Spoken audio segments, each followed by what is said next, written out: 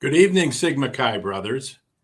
I'm Jim Cooper from the New York City Alumni Chapter, and welcome to SigTalks.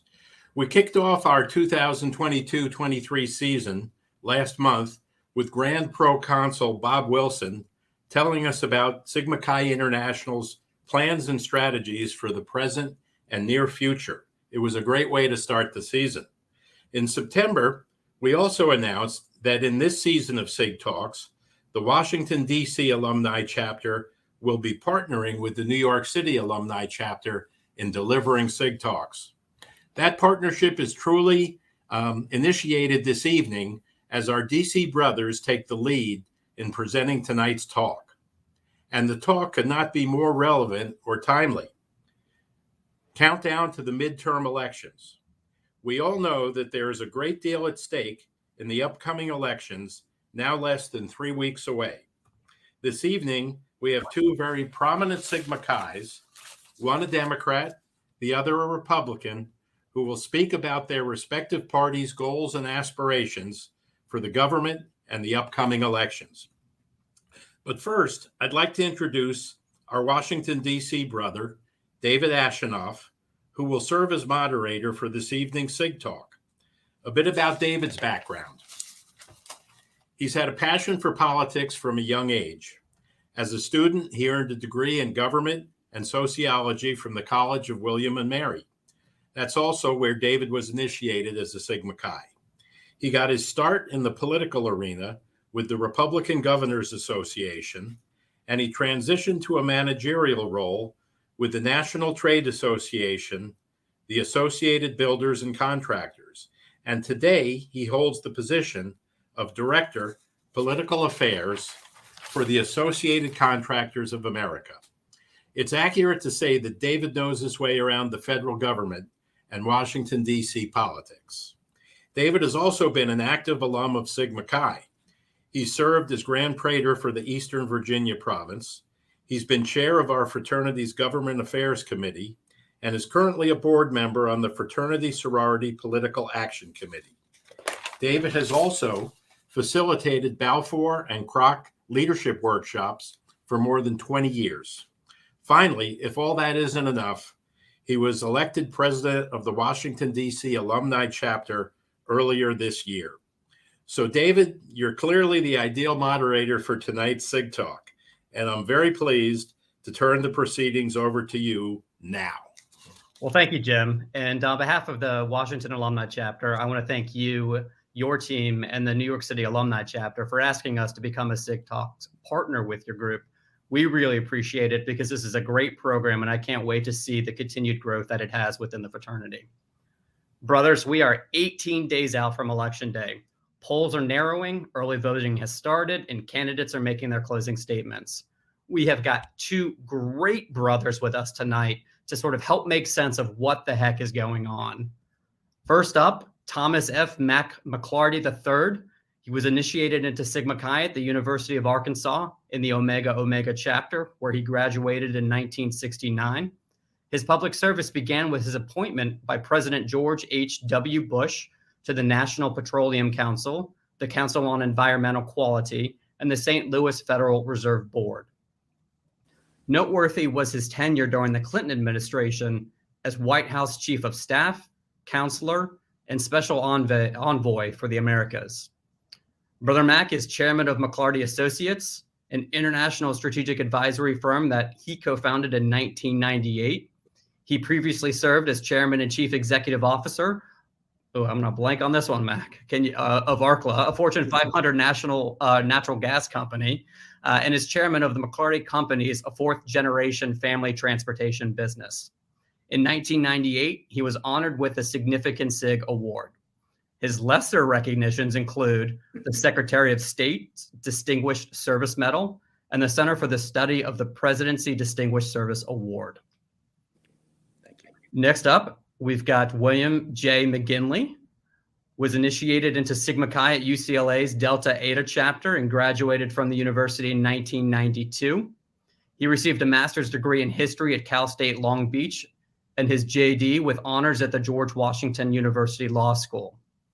Bill served as the general counsel at the National Republican Senatorial Committee and deputy counsel at the Republican National Committee. He served in the Trump White House as assistant to the president and cabinet secretary. In that position, he organized the president's cabinet meetings, communications, policy implementation, logistics between the White House and cabinet members, and helped manage issues affecting multiple departments and agencies. He also managed the Office of Cabinet Affairs. He is a partner at Holtzman Vogel.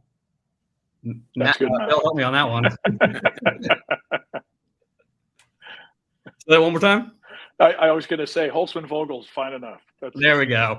And he's also a principal at the Vogel Group International Government Affairs Consulting Practice. Like Mac, he also in 2021 was honored with the Significant Sig Award. Among his lesser honors include being named a top lawyer for campaign and election law by the Washingtonian and was nationally ranked in government for political law in Chambers USA. He chaired the George Washington University Law School's Political Law Studies Initiative Steering Committee, a bipartisan committee of political law attorneys who advise the PLSI on curriculum, events, and developments in the political law space. Gentlemen, on behalf of both of our alumni chapters, I want to thank you for being here with us tonight, for sharing your honest opinions on what you think we'll see on November 8th, and for your public service in government. Before we get into our back and forth conversation, I'd like to give each of you a few minutes to sort of give your 30,000-foot overview of what you see going on as we approach November and the election. And why don't we start with you, Mac? David, thank you very much. And thanks for all of your work in getting this organized and facilitated. As I kidded you earlier, I think you've got a future in Meet the Press and other venues of that type. I certainly want to acknowledge Brother Bruce Kastner, who's just been so dedicated and persevering in all of the Sigma Chi efforts. So Bruce, thank you for that. And Jim Cooper for getting us organized today. And Brother Bill McGinley and I have had a couple of conversations here leading up to our discussion tonight. And it's been a real pleasure to get to know Bill through that. And I look forward to our conversation tonight. David, as you noted, we're on the eve of the midterm, so to speak. You can just kind of hear William H. Macy in that great scene from Seabiscuit coming around the curve and with his ringing the bell. They're coming around the curve toward the finish. And they're coming around the curve, in this case, with bundles of money that they're spending for sure. I think, David, you said it about right. I think this is clearly a significant election. It's important. As George H.W. Bush might say, it's fluid at the moment, and it's uncertain for sure. I think some of it depends on kind of the tailwinds and the momentum, big or small, or does it die out and you're hitting a dead sea? And I think a week in politics, as we noted earlier, is a lifetime. 16 states have already started early voting, and there's been over 2 million votes cast. And I would really expect and predict a very major turnout, particularly for a midterm election. History, of course, suggests that sitting presidents 2 years into their presidency generally do not fare well in the midterms. President George W. Bush, I think, used the word, "we got a thumping." President Obama said something about a shellacking. And I still wince when I think about 1994 Bill and those midterms. And those were all sitting presidents that went on in many cases to be elected for a second term. In President Biden's case, the odds are against winning this election, these elections, both on the House and the Senate. But I think there's a different landscape, as there is in every election, but maybe this one's a little more different than some others. I would say right now, and I don't know, David, whether you have charts, but President Biden's approval rating is about 42%. That's about where President Clinton's was in 1994. President Trump was about 40, 41, Bill, as you remember, on the first midterms. President Obama was a little higher. President Bush, George H.W. Bush, was at 73% after the Gulf War, and George W. Bush was at 70%, but still lost the midterms. In terms of the mood of the country, I think about that familiar song that some of us may have heard at some point in time, "Is Everybody Happy?" That was kind of a song in the 20s. A recent Gallup poll may have it a different way. Is anybody happy? The mood of the country, although it's improved modestly from 2 months ago, is still suggesting not a good mood on the right-wrong track comparison. Having said that, I think voters are looking at a little broader sweep, David, this year in the midterms than just the sitting president. It will be somewhat of a referendum on President Biden for sure. But there are other factors here, including Roe v. Wade. And frankly, I think President Trump's factor weighs in terms of voters and how they're assessing things, both getting into the polls in an animated way or in a not so animated way. I do think there'll be a big turnout, and every election is determined by those who shows up. I think Bill's going to talk a little bit about the ebbs and flows that David has already noted, so I won't say too much more there. It seems to me, listening to Charlie Cook and some other people, there's about 193 Democrats that occupy safe seats, about 211 Republicans that occupy safe seats. That leaves about 31 seats up for grab. The way the map lays out and the races, I think that does favor the Republicans. At one time, there was a lot of talk about a red wave. I think that's been kind of downgraded, so to speak, to perhaps a red ripple. The 40 to 60 number earlier is down to maybe 10 to 20. At least that's what you hear and read. We'll have to see. On the Senate side, there's really perhaps 10 seats in play, but there's the big four that we'll discuss. And there may be more. There may be some outliers, but certainly Nevada, Georgia, Pennsylvania, and Ohio. That's the big four to certainly watch. The status quo, 50-50, every time Vice President Gore voted for us, we won.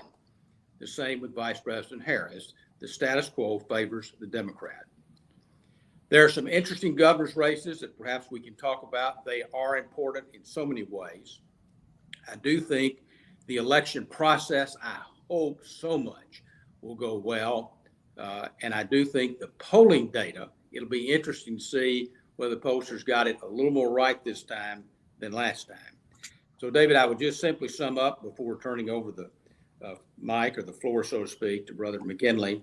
The election is fluid. Whether that's said by George H.W. Bush or Dana Carvey. Bill, the floor is yours.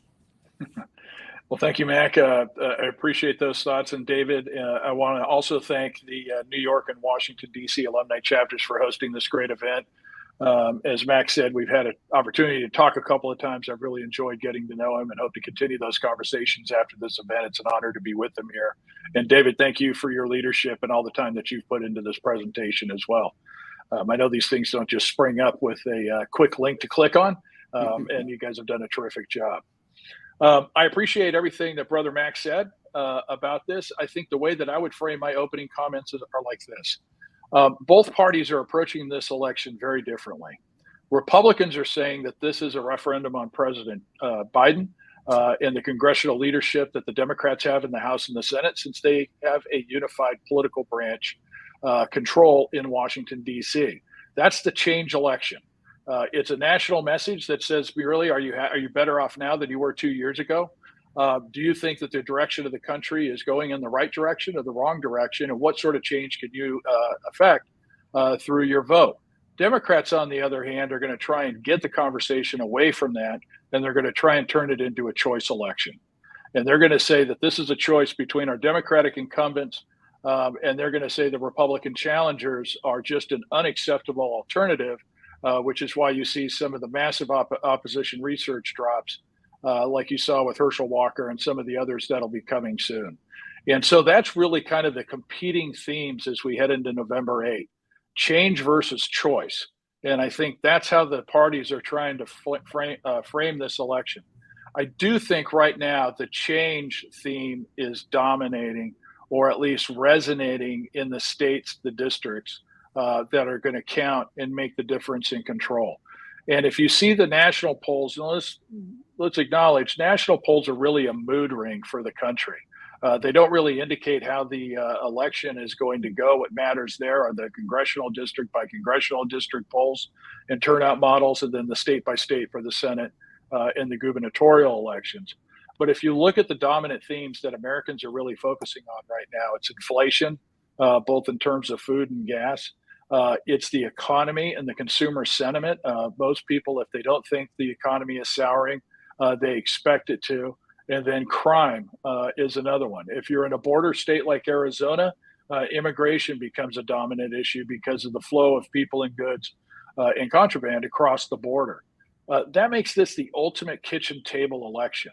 And so when you see the disconnect with a lot of the networks where they're talking about issues that kind of the Washington, D.C. punditry try to focus on, the American families and small businesses are focused on those very core issues that impact their everyday lives. And right now, the national mood is turning against the Democrats, but there are pockets of hope for them that I think we'll talk about later on. One of the things that I really want to also talk about is the wrong track number. Before Labor Day, it was hovering over 70% for 12 straight months. That is a record number. That is a historic length of time for 70% of the American people, which means it's bipartisan, to believe that the country is headed in the wrong direction. After the August bounce that the Democrats had post-Hobbs, which was the Roe v. Wade decision, there was the Uvalde shooting down in Texas, and a couple of other matters that really shifted the conversation away from the kitchen table to more of the issues that Democrats feel they have stronger footing on. They did receive a little bit of a bounce. But I think that wrong track number really served as a gravitational pull on where the mood is going in the country with respect to this election. And now that we're back to regular order, for lack of a better word, for people's lives, the kids are back in school, everybody's mostly back at work, and people are kind of returning to normal, dealing with all this, the increased costs for the groceries, the gas, and everything else.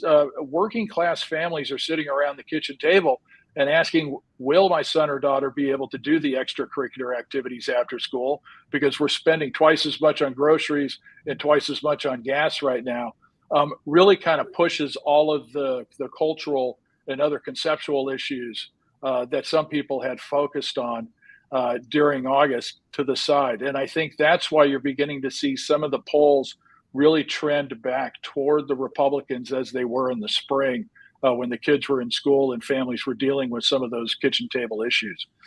Structurally, there is something that favors the Democrats, and that is the number of competitive seats. Back in 2000, after the 2000 census, there was around 90 competitive seats in the House of Representatives.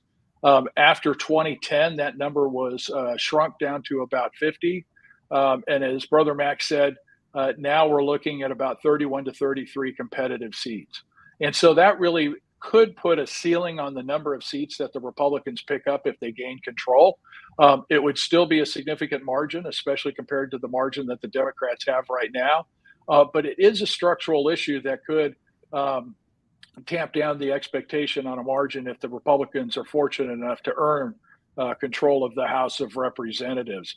And I think that's something that we all need to think about. And the other issue is in 2020, all the public polling, everybody predicted that the Republicans were going to go down, lose another 15 to 17 seats.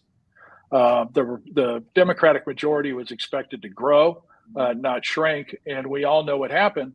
Republicans actually picked up 15 seats in the House of Representatives.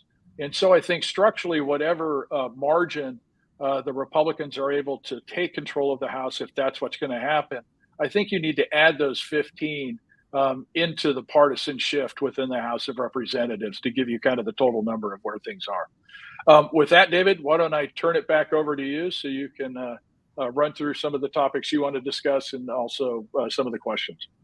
Well, thanks, gentlemen. Already, before we even get into our back and forth, we've got some great insights from both of you already. It's already been mentioned that, this is typically in a midterm, a referendum on the president, the party in power. We know that the history isn't on President Biden's side. In those 22 midterms that have happened since 1934, the president's party has lost an average of 28 House seats and 4 Senate seats. And in only of 7 of those elections since that 1934 year has the party actually, or the president's party actually gained seats in one or both chambers. We know that, the president's job approval numbers have been underwater for all of 2022. The recent numbers have him in the high 30s to mid 40s, with the Real Clear Politics average putting him around 43 approved, 54 disapprove. And if you can, James, on the back end, can you throw up that slide for us, please? So we've got that up there. Thank you. And then you mentioned, I know, looking at the right track, wrong track, 68% of voters feel that the country is on that wrong track. And when you dive down into the president's job approval on, specific issues, he's underwater on the economy, on foreign policy, on inflation, on crime.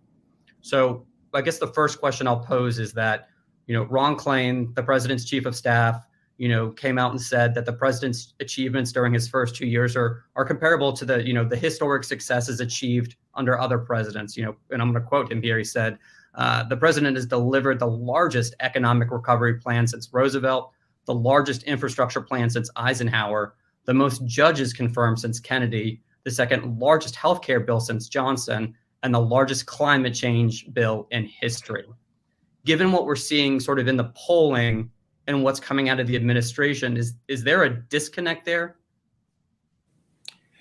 We'll have to see. There may be. I think Bill had alluded to properly, I think, kind of a summer bump, if you will, for President Biden.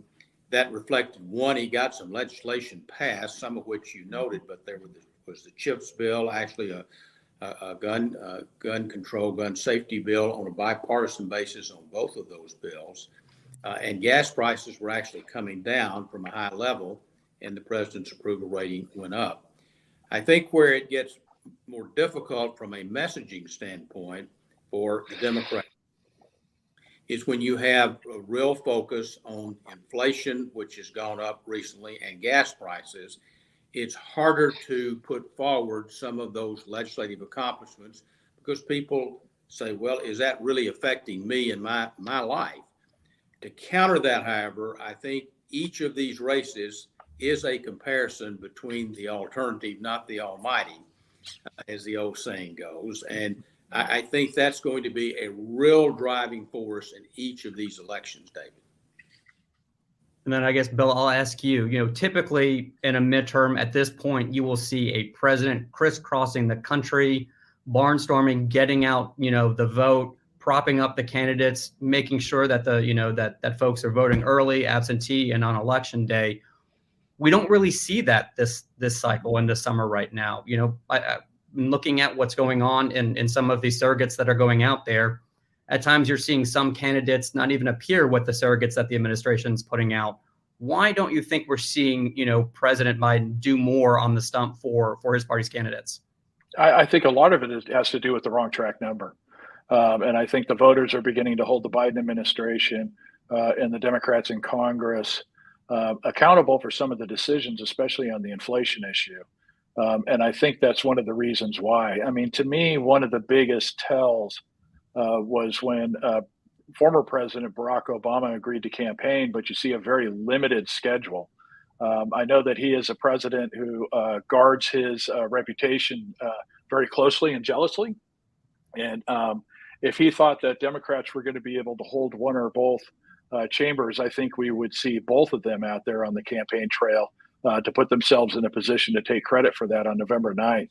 But I think either it's the uncertainty that they're seeing in their internal numbers or the fact that they're beginning to see what we're seeing in the public numbers being reflected in their internals, that the Republicans right now seem to be getting traction 2 weeks out from the election, and that it could be a very good night for the opposition party.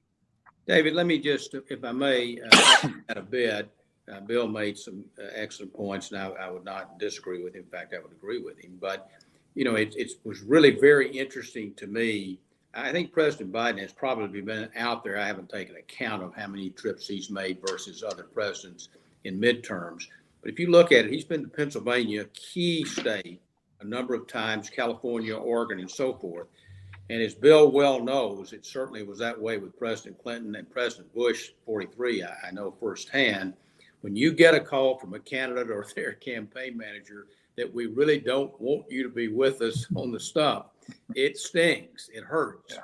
But every sitting president in midterms has heard that message before. It's not just President Biden. So I think he's been perhaps a touch more active than maybe you might suggest, but your point's well taken.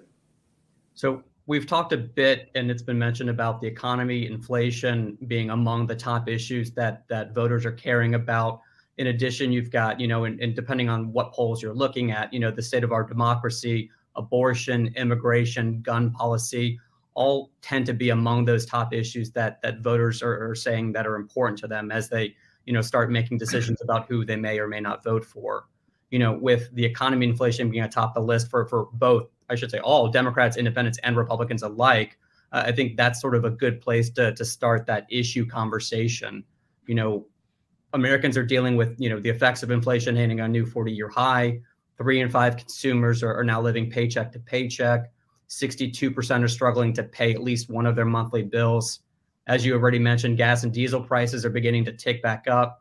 You've got the winter months and coming up, and especially in the New England area where, home heating bills are expected to surge. And you've got 68% of folks that believe that the country is in a recession. Every poll that I keep seeing, is saying that the economy, inflation are the most important issues to voters. And Mac, I will say, to quote someone that you probably know pretty well, it's the economy, stupid. That famous quote from James Carville. Do you think he's right on this election? Well, I think James is still dining out on that one memorable phrase because it was a powerful one, and I think it was largely true then and true now. I think it's mixed, and I think that's why you see the races are so close, David, despite all these points that Bill has made, I've made, the races are still very tight, and particularly with the polling not being perhaps quite as precise for a lot of different reasons as maybe 10 plus years ago. We'll just have to see how it all turns out. I mean, obviously the response would be unemployment's very, very low. You've seen increases in wages, but wiped out by inflation, which is part of your point. Energy prices, that was one thing we watched, and coming from the energy business, I certainly watched carefully because it has not only to do with the way people feel, but you can have real growth and productivity if you've got energy prices coming up against that. So those are the offsets here.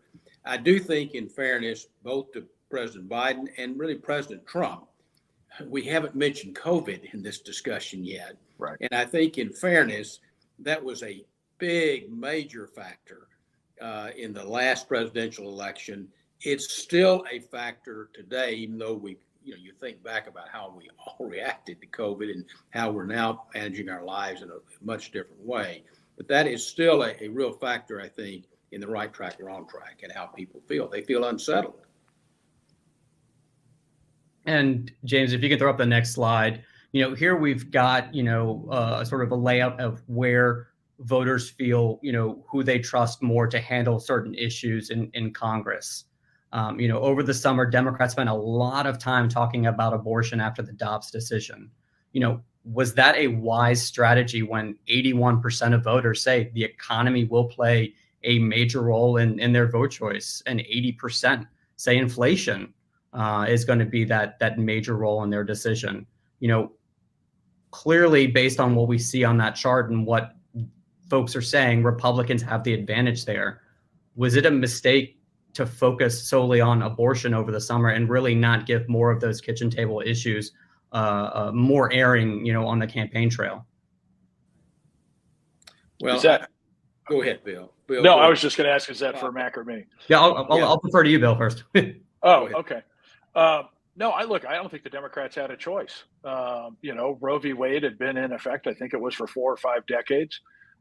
It was a historic decision, the Dobbs decision, taking the abortion issue and sending it back to each state to make their own decision. I mean, that was a seminal decision that's going to impact this country for a long time.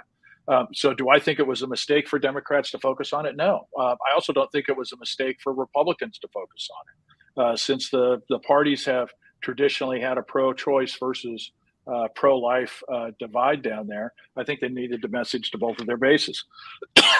That being said, as Max said, we were coming out of COVID, and the economy really feels soft, and contributing to the unsettled feeling of the electorate, to borrow Mac's phrase. This is not a peace and prosperity election.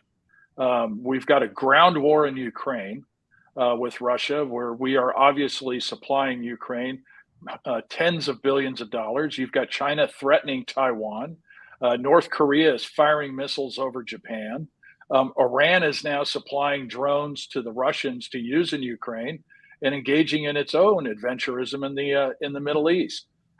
Throw on top of that all of the domestic economic issues that we discussed, including crime.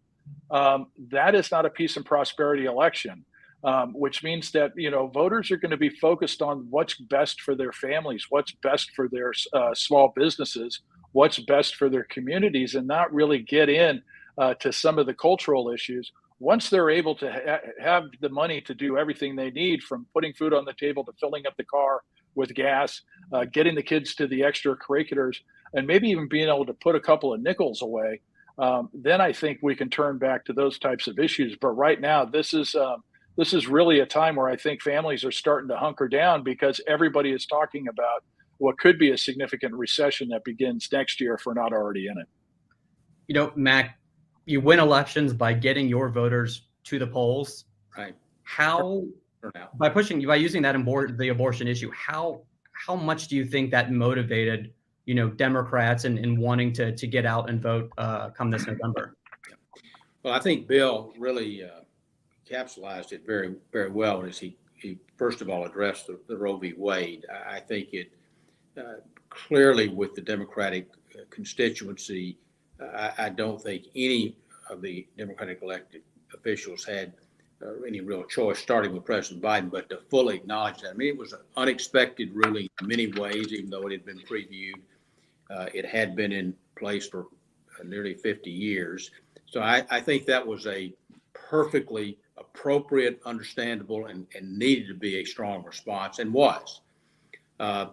Beyond that, though, again, if you go back to the summer months, I think where there was a little better tailwind on some of the core issues we're talking about, and some legislative accomplishments that you could tie into that narrative in an understandable way, it helped the Democrats standing and the president's standing. I think now you're seeing, with gas prices going up, inflation continuing, continuing news about a possible recession, that's had some impact. And so the Democrats are going to have to deal with that and manage that in these coming weeks to see if they can restore some of that momentum that Don Meredith used to talk about on Monday Night Football. That's a big deal. I do think Bill made a really important point, and I don't know quite how you integrate it into the campaign, but when I said this was a significant election, in my view, so many of those international issues and concerns come into play. That makes this very different in so many ways than prior midterm elections. I think President Biden gets reasonably high marks on many foreign policy issues, but how that integrates into a real campaign and at the ballot box, that's another story. We'll have to see.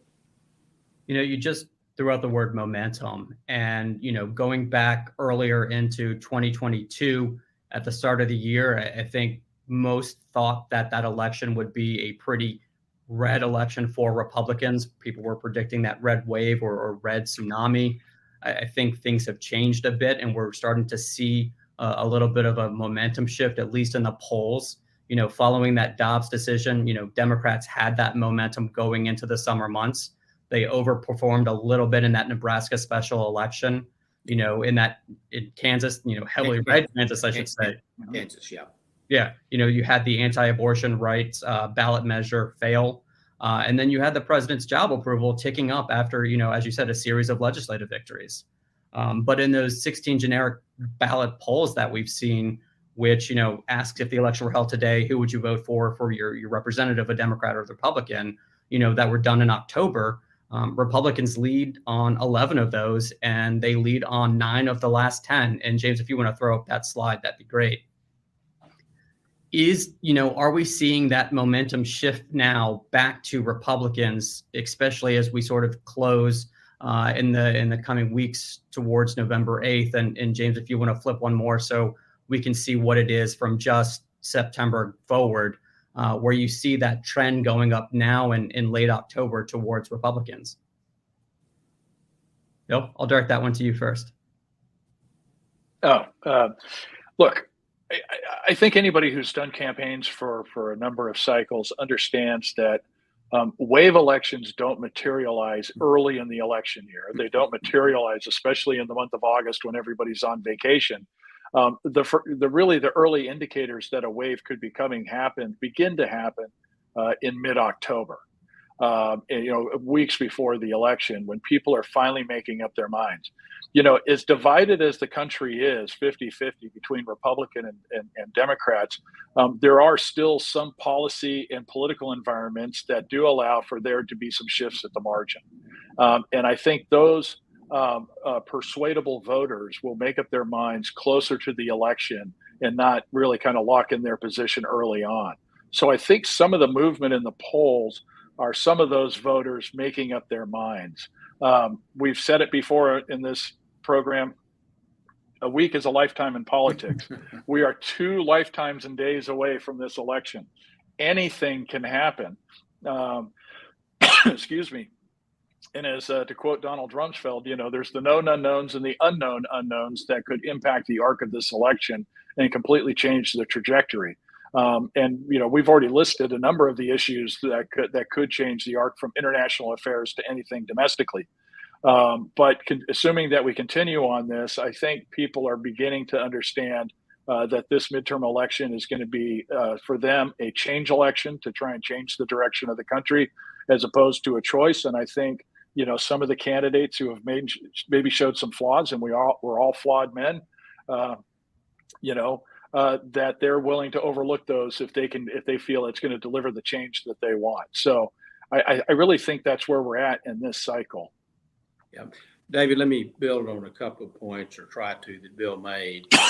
I think number one, there is a lot of built-in floor, if you will, between a divided country, between Republicans and Democrats. You've got a floor there that people are going to vote for their party's candidate almost regardless of some of the circumstances and issues. So it gets down to that relatively narrow slice of independents and undecided voters. And that's really where these elections are going to swing that momentum one way or the other. Secondly, and I think that's why they're still so close at this point, at least the polls would suggest that. Secondly, I do think UFO, as I call it, that's building on really Bill's point, unforeseen occurrence, not an alien from outer space. But truly, we both saw this in the White House, where you'll have your message, you'll have your agenda, and then something will change either around the world or domestically, and it will change the whole mood of the country, news cycle, emphasis, focus. That may or may not happen in the next few days before the election in November 8th, but it's certainly something that all the candidates should be at least fully aware of, and I'm sure they are. Perfect. Well, I think this is a good time to sort of segue into some of those races. So, James, if you want to throw up the House slide, that'd be great. Here we've got the Nonpartisan Political Reports House rating list. Obviously, we don't have enough time to walk through all of these races, but I think it sort of helps provide that visual on the number of Democratic and Republican seats that are competitive. Currently, they're showing about 162 seats that are in that solid Democratic column and 188 that are in the solid Republican column. You've got that 218, which is the magic number for the majority. So that number is you're going to get to that number from these races here. Sort of when polls start closing on election night, which of these House races are you guys looking at to sort of give any sort of early indication as to what night it may be for your respective party? Bill, I'll follow your lead on this. Go ahead. Sure. I think the first race that I would watch is Rhode Island 2, Deep Blue District. The Republican is currently polling ahead up there. That would be a historic win and something that really could be the canary in the coal mine for how the evening is going to go for Republicans and for Democrats. Because if the Democrats take it, then that means that the polling's been off. But if the Republican takes it, it means that maybe there is something to it. There's a number of races down in Virginia and upstate New York that I would also be watching. In terms of the Senate for the East Coast, Pennsylvania partially there, but the polls will close there. I think for part of it, it will be Central Time, if I remember correctly. But I have my eyes on New Hampshire Senate. I think Senator Hassan's numbers have been very soft. I think she probably believes that she got the opponent she wants. But, a couple of ratings have now ranked at toss-up, even though it's a Dem hold, that they think will happen at the end of the night. So I think, and, New Hampshire has a good history of being able to count the ballots pretty efficiently. So we may have a pretty good indication of where that race goes. If it goes Republican, I think that could be a pretty good canary in the coal mine. If Senator Hassan barely hangs on, that could also be another indication. But those House races up and down the East Coast from upstate New York, Virginia, Florida, I think are the ones that you really want to keep an eye on early. Yeah, I think New York is particularly interesting because of redistricting and other factors. I think there's a number of competitive seats, Bill, that we haven't seen there before. So I think that could be a bellwether. The East Coast is important. I think the Midwest, Bill's already noted some of the Senate races. I mean, all eyes just have to be on Pennsylvania and to some extent Ohio and Nevada, which will be, of course, later because of the time zone difference. But those two, I think, are going to be special. I do think there's a possibility that you could have a surprise or two election in the Senate, particularly. Both on the Democratic and the Republican side. Bill mentioned New Hampshire. I would say North Carolina, where the Democrats are fielding a very good candidate there in Judge Beasley. Ohio, Tim Ryan is the best candidate we can field in the Midwest. He's hardworking. He's got a good record. He speaks his mind. So that's going to be critical. But on the Republican side, you've got a couple in Washington State and in the governor's race in Oregon. You've got a possible change there, which would be the first Republican governor, if it happened, since 1982. So there's a couple of these races that could surprise, and it's so close in the Senate, obviously with 50-50, that one or two surprises could make a huge difference. Yeah, and while we're talking or mention those House races, I think it is worth noting that we do have two Sigma Chi brothers on the ballot, at least at the federal level this cycle. We've got Josh Raleigh in New York 19, my fellow chapter mate from the College of William and Mary. And then we've also got Eric Lynn, who's running down in Florida 13, who will also be on the ballot. So, I'll ask this question real quick, and I'll sort of direct it towards you, Mac, since it deals with more on the Democratic side. But let's just, hypothetically say that Republicans do take that majority. Do you think that the House sort of Democratic leadership trio of Speaker Nancy Pelosi, Majority Leader, and significant Sig, brother Steny Hoyer, and Whip Jim Clyburn sort of stay intact, or do you expect one or more of them to retire? Well, Steny Hoyer is a dear friend and someone that I treasured greatly working with, as well as Speaker Pelosi and Jim Clyburn as well, Dean Clyburn, as I refer to him in a very respectful manner. I think you've got, at some point, you're going to have a change in the leadership regardless of the election, David. I mean, they're older and they're in their careers where they've stated that they're going to be very careful how they proceed forward. I don't think you'd see any change. I would be surprised if you'd see any change the next day, regardless of the outcome, but it inevitably will come. And I think it's already been speculated about some of the potential renewal there. Same thing in the Republican side. You're going to have some real change there. Almost highly likely, Kevin McCarthy's well positioned. It will depend on how much he will have to bargain, so to speak, depending on the margin. If he does get elected, but then you're going to have some real competitive situations for the other seats there in the Republican side in the House, which Bill certainly follows closely and understands. But I think at some point you will see, and some of the changes in the Democratic side, and some of the candidates have talked about that, and Speaker Pelosi's been pretty candid about it in her comments. If you need to talk about it in your race, go right ahead. That's a Nancy Pelosi position. So, Jim, so you throw back up that Senate rating slide, going to these races, and I know that you guys mentioned a few of them already, but let me put you on the spot and to ask, which of these races you would be able to say that, tell me who wins this state and I'll tell you who has the majority in the next Congress? What is that one state that's going to sort of dictate the direction? I think as we sit here on the 20th of October, I would say Arizona. I think that if Blake Masters wins Arizona and Kerry Lake becomes the governor, we've had a good night.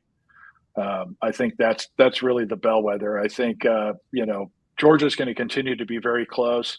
I think Pennsylvania we're not going to know for a while. I think it's going to be a very close election there. I think Ohio and Wisconsin, most Republicans are pretty optimistic, understanding there's a lot of work to do in those states. But I think Arizona, people feel really good about Nevada with Adam Laxalt. But I think Arizona, if Arizona comes home to the Republicans, I think that's probably the bellwether state. David, a couple points there. I think Pennsylvania would be my bellwether state from a Democratic side.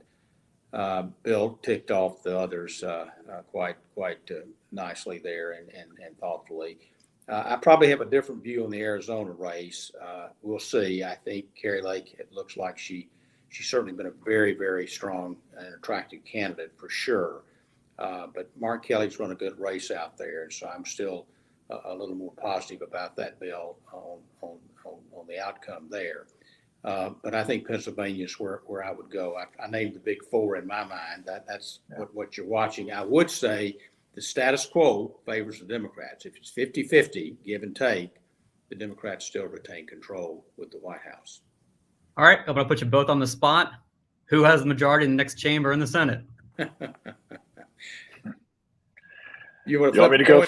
Yeah, you go. I'll go first. I was going to go. I am cautiously optimistic. I think it's going to be 51-49 Republicans.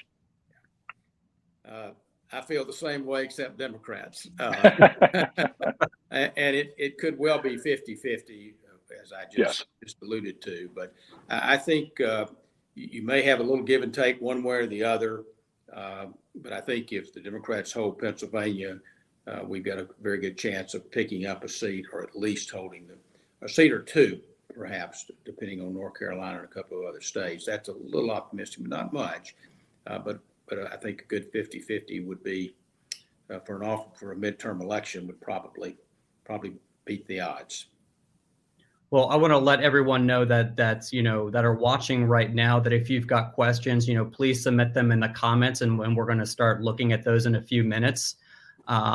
Moving sort of outside of the 2022 election, and I know at least for those of us in government and politics, we don't want to start thinking about 2024 yet, but no political discussion about elections would be complete if we didn't at least mention something about the upcoming presidential cycle. You've got both, President Biden saying that he plans to stand for re-election, and I don't think it's any secret that former President Trump is certainly interested in running for his old job again. If they both run, do you guys think that they're going to clear the field pretty easily in their respective primaries? I think if President Biden runs, he likely will. I think it's still, those are the two huge questions in the room. And I think it's still speculation about the outcome, but I think President Biden will. I think with Governor DeSantis, Bill knows closer to it than I am, but the Republicans might be a bit different, although, Bill, as you so well understand, because you've written some of the rules and worked on them, I believe I'm right that the Republican primaries are winner take all, which would suggest, I think, favor former President Trump.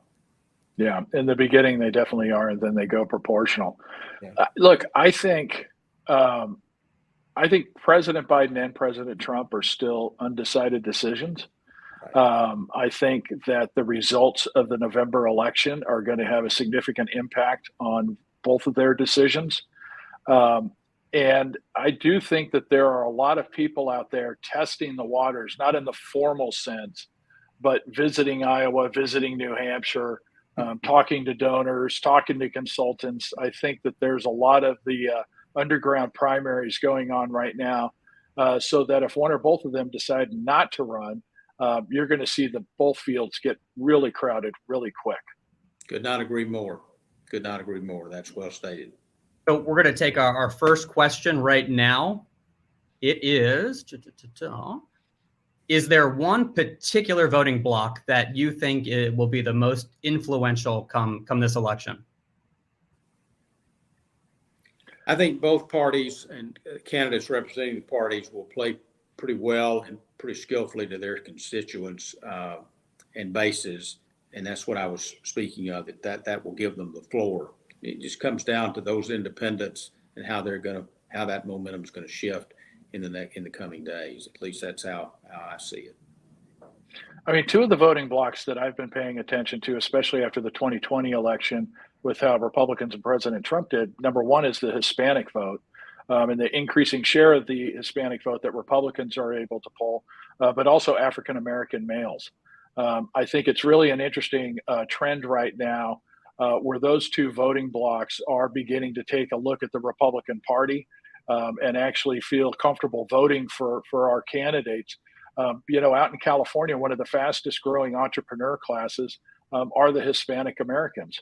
Who are out there. They're starting businesses. They're providing, doing all the right things. And the pandemic really hurt them in their businesses.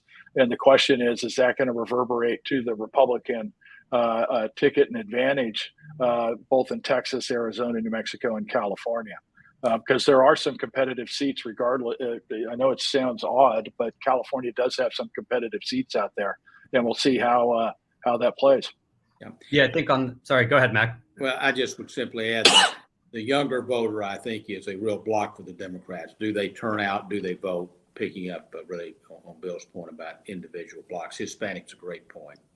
Yeah, no, just on that Hispanic point, I know in looking at some of the recent polls that I see, at least in the Walker, the Warnock-Walker race down in Georgia, 30%, or I should say 30% of undecided Hispanics are moving towards the Walker campaign, which, I don't think you would normally see in an election like this. You've got a high percentage of Hispanics living in Nevada, and that could certainly be a big impact come this election with Republicans looking to flip that seat. And of course, you saw what we saw down in, the Texas special with Meyer Flores picking up that Hispanic district down there. So I absolutely agree with that point that this could be an influential bloc come this election. David, you mentioned Georgia. Just one quick insert there, and Bill had talked about the Arizona race. It's pretty fascinating to me to watch Governor Kemp in Georgia and his success, at least today, it appears in the polls, and yet that is not translated to Walker Kemp. I believe Bill has been pretty careful not to do any events with Herschel Walker. You've got a similar situation in Ohio, where Governor DeWine's a very popular moderate Republican governor, way ahead. That is not fully translated to J.D. Vance.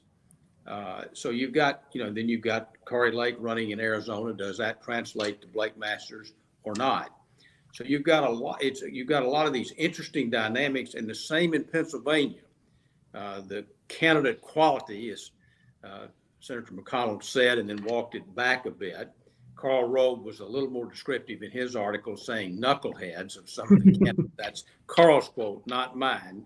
But it's pretty fascinating with some of the gubernatorial candidates who are running very strong, including Josh Shapiro in Pennsylvania.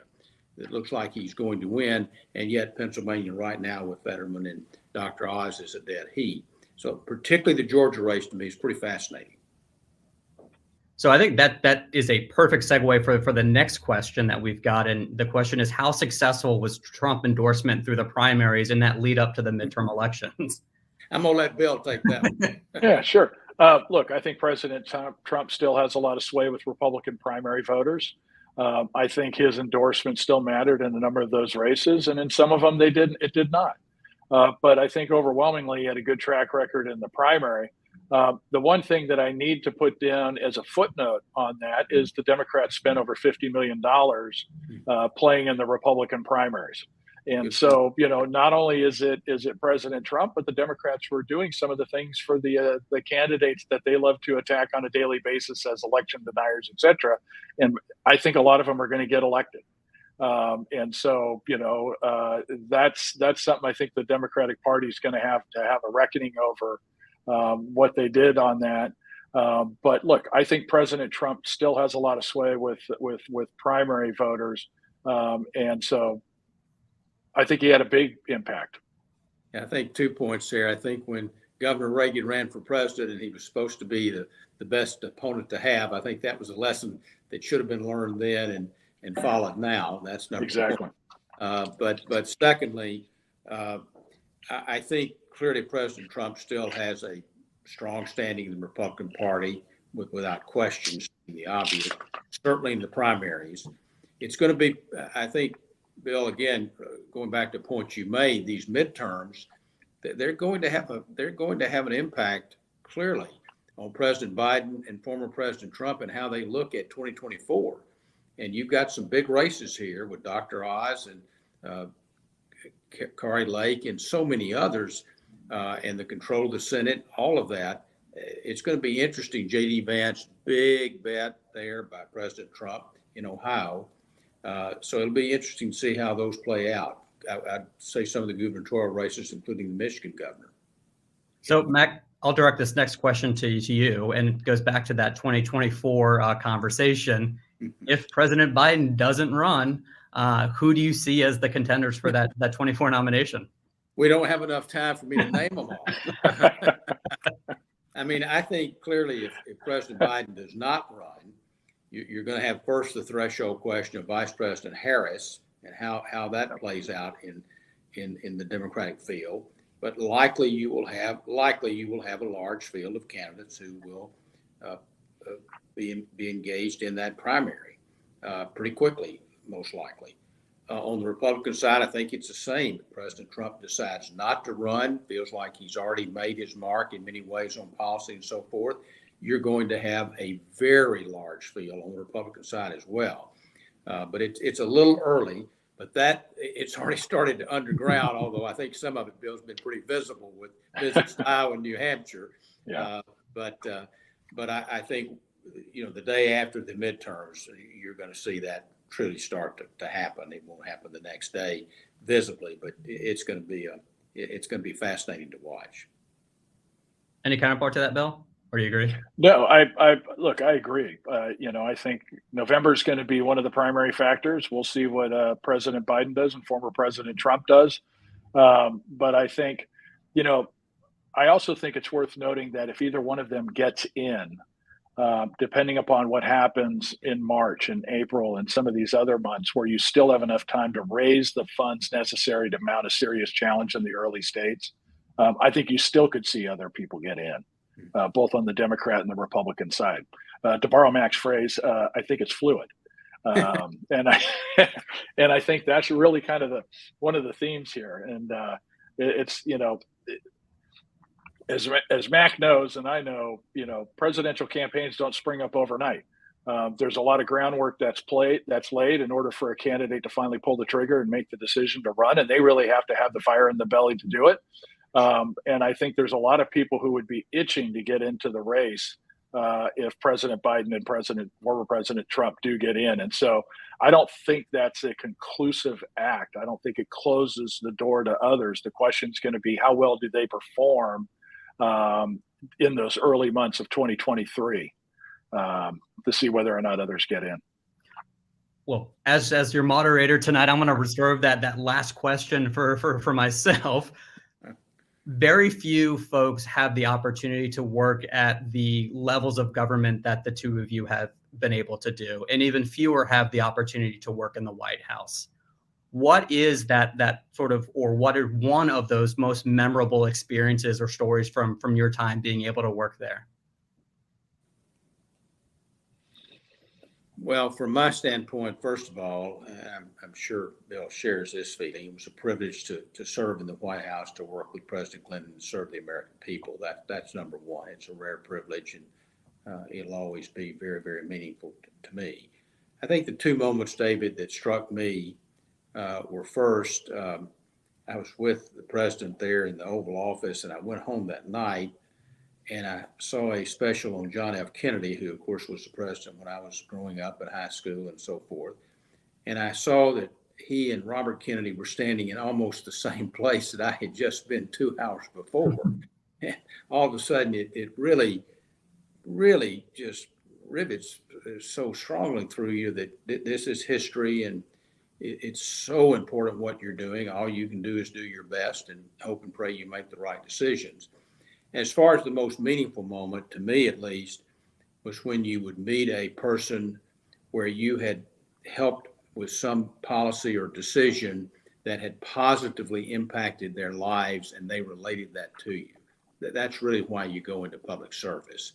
And that to me was the most impactful, meaningful moment.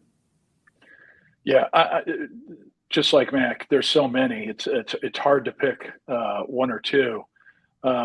Obviously, even on the most frustrating, difficult day that you serve in the White House, you're in the Oval, you're in the Roosevelt Room, you're somewhere in the West Wing, and you just look around and, I'm the son of a landscaper. Can't believe I'm here. And it's just the worst days are the best days as well. There's a couple of things that I would say. First of all, it was great to be able to bring my family into the White House mess and, have my kids in there and have them meet the president and all of that. Those are memories I'll always cherish. But I was also there for the Parkland shooting, and getting to meet some of those the family members of the 17 who lost their lives down at Marjorie Stoneman Douglas High School. I still remain in touch with them, some of them today. And in fact, one of them, Max Schachter, who has become, I consider a friend, but he's a personal hero of mine. He's a pro bono client of mine, and I work on school safety issues with him. And so I think, it's working in the White House is not only a thrill and an honor, a real privilege and an honor, as Max said, but it's a real opportunity to help real people. And I think if you keep your focus there, I think you'll have a good White House experience if you ever get the chance to do it. Well, brothers, I couldn't be more appreciative of your insights tonight and your willingness to be a part of our SigTalks program. Thank you on behalf of the New York City Alumni Chapter and the Washington Alumni Chapter. I think this was a great program for our alumni and for our brothers going into the midterm elections. I would also be remiss if I didn't mention for those folks that are interested in getting involved in politics and wanting to support candidates, since we are talking about, we are on a Sigma Chi platform, that there is the Fraternity and Sorority Political Action Committee that exists to help elect champions to Congress who support the fraternal experience, who are there in Congress to help advance that and defend it. And if you're interested in learning more about how you can support that effort, please go to the fspac.org. Thank you all for joining us tonight. And we look forward to seeing you again for one of our upcoming SigTalks programs. Thank you. Thank you all so much. Yeah, thank you very much, David. It's Jim Cooper again. First, I'd like to apologize for my camera malfunction, although I think it may be more aesthetically pleasing for it to be this way anyhow. I too would like to express my gratitude to Bill and Mack for delivering one of the most compelling Sig Talks in the history of the program. And David, you were a big part of the success of it too. So we're really glad to be collaborating with the Washington, DC chapter. Perhaps what you've heard tonight has changed your point of view or certainly informed it. But whatever the case may be, we say get out and cast your ballot on November 8th if you haven't done so already through an early voting process. I've got two more quick points to cover. One is a little bit of a disclaimer, but I just want to mention it. And that would be, I want to remind everyone that SigTalks is the property of the SigTalk committees of the New York and Washington, D.C. chapters, and any recording, downloading, posting, or transcribing of this program without the express written permission of the committee is prohibited. And then one final point this evening, mark your calendars for November 16th, the date of our next Sig Talk, which will feature Keith Kroc, former Grand Consul, former CEO of DocuSign Corporation, and former Undersecretary of State under Mike Pompeo in the Trump administration. And he's an expert on Taiwanese, U.S., and Chinese relationships. And Keith has just given us his commitment today to appear on November 16th. So please join us then. And that would conclude tonight's Sig Talk. Thanks very much, everybody, for hanging in there and participating. Good night. Good night. Thank you.